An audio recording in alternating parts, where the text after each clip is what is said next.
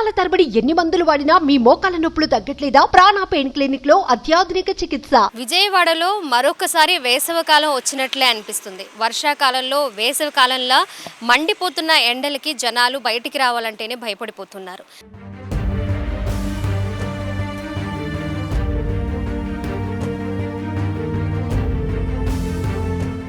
ఉదయం 7 గంటల నుంచే విపరీతమైన ఎండ రావడంతో వారి పనుల నిమిత్తం కూడా బయటికి రావడానికి ఒక్క క్షణం ఆలోచిస్తున్న పరిస్థితి మనకు కనిపిస్తుంది.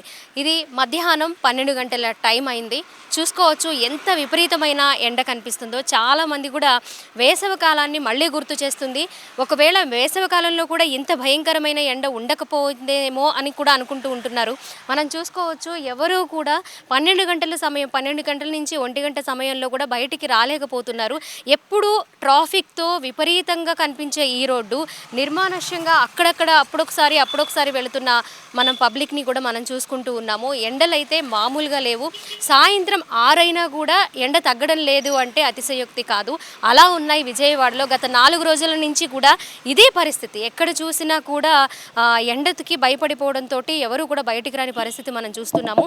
మొన్నటి వరకు ఎక్కువగా వర్షాలు రావడము, ఎగున ఉన్న జలాశయాలన్నీ నిండుకోవడము, వర్షాలు ఎక్కువగా రావడము, అలా మనం వరదలతో చూసుకుంటే ఇప్పుడు ఎండలైతే మండిపోతూ ఉన్నాయి. ఎక్కడ కూడా బయటికి వెళ్ళాలంటే కూడా భయపడిపోతూ ఉన్నారు. ఇప్పుడు కూడా ఈ టైంలో కూడా మాస్కులని అలాగే స్కార్ఫులు కట్టుకోవడము, కర్చీఫులు వేసుకోవడము అలా ఎవరికి వారు ప్రొటెక్ట్ చేసుకుంటున్నారు. సమ్మర్లో అయితే ఎలా ఉన్నారో అలాంటి జాగ్రత్తలే మళ్ళీ తీసుకుంటూ ఉన్నారు. అంతేకాకుండా ఒకవైపు ఇలా వర్షాలు అలాగే విపరీతమైన ఎండలు, వాతావరణంలో ఇలాంటి చేంజెస్ మునుపెప్పుడు ఇలా జరగలేదు.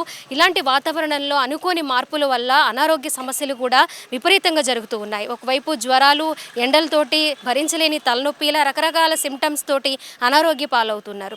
కానీ డాక్టర్స్ ఏం చెప్తున్నారంటే ఇలా ఎండలు అలాగే వర్షాలు ఒకటి తర్వాత ఒకటి కొన్ని రోజులు అలా వాతావరణ మార్పులు వస్తున్నాయి కాబట్టి ఖచ్చితంగా తగిన జాగ్రత్తలు తీసుకోవాలి.